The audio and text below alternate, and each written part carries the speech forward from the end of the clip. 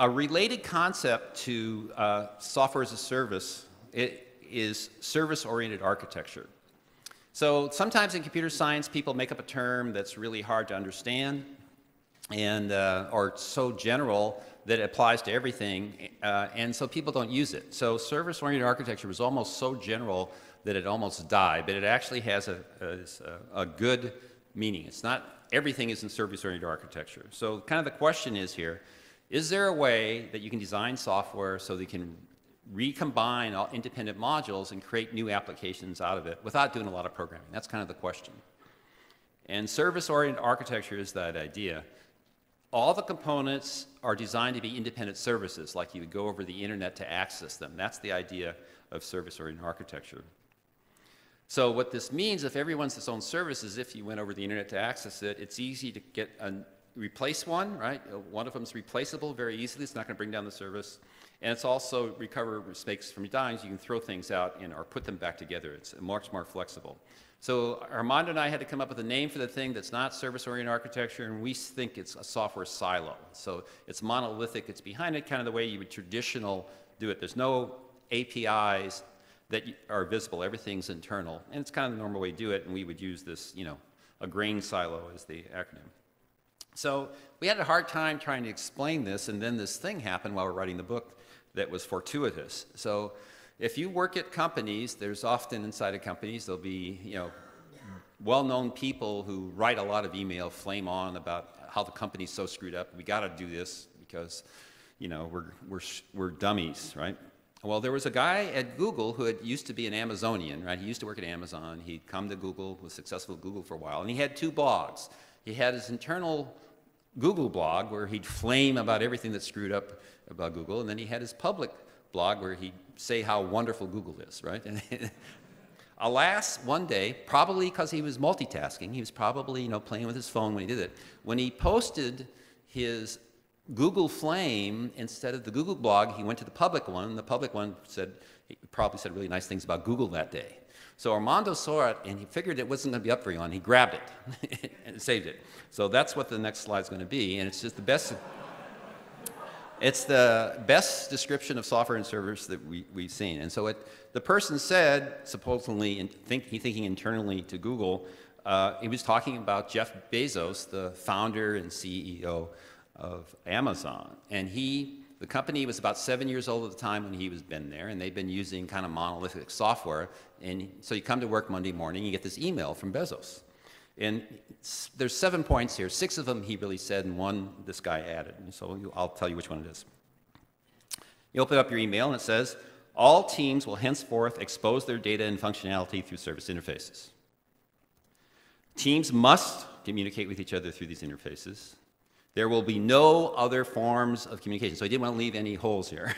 You've got to do that. No direct linking, no direct reuse of the team data store, no shared model, no backdoors. The only communication is allowed via service interfaces over the network. By the way, Bezos has a computer science degree from Princeton. He got a bachelor's degree, so he knew some technical things, and he announced it. So these are the first things he used. He didn't really care which API you used. You just got to pick your own way of doing sockets or RPC, whatever you want to do, but it's got to be a network-like interface. Service interfaces, without exception, must be designed from the ground up to be externalizable. That is to say, the team must plan and design to be able to expose interfaces to developers, the outside world. No exceptions. Okay, well, he's the CEO of the company, you're an software engineer, you've got the best job in the world. Why do I really have to do what Bezos says, right? Well, the next line clarified that. Anyone who doesn't do this will be fired. So that was relatively clear. And then the 7th point is thank you, have a nice day. Bezos wouldn't have said the last thing. The end of the email was, if you don't do this, you'll be fired, right? So that's how he got the attention of the software engineers at Amazon, and they did transform, a pretty successful company that was using monolithic software to be using service-oriented architecture. The same thing, interestingly, happened at Facebook. It doesn't have quite the dramatic story here, but they'd had monolithic software 3 years into it. They decided to go ahead and go to a service-oriented architecture, and if you were using Facebook at the time, you're reading the New York Times on your computer, and suddenly there's some notice that your friends are also reading that same article than you, and they did that by what was called the Facebook platform. So to make this clearer, let's give an example. Suppose we're going to do a bookstore, and we'll show its siloed and service-oriented architecture version. So in this particular example, and yeah, that works. So we have 3 databases: reviews, users, and orders. And so then we have these different services. The review subsystem has to talk to reviews in users. The user profile is just with users. And the buying subsystem is with orders and users. So you build this thing as a monolithic interface, internal calling and stuff like that. You provide this single interface to the outside, the bookstore service, and people use it. So that's a monolithic approach.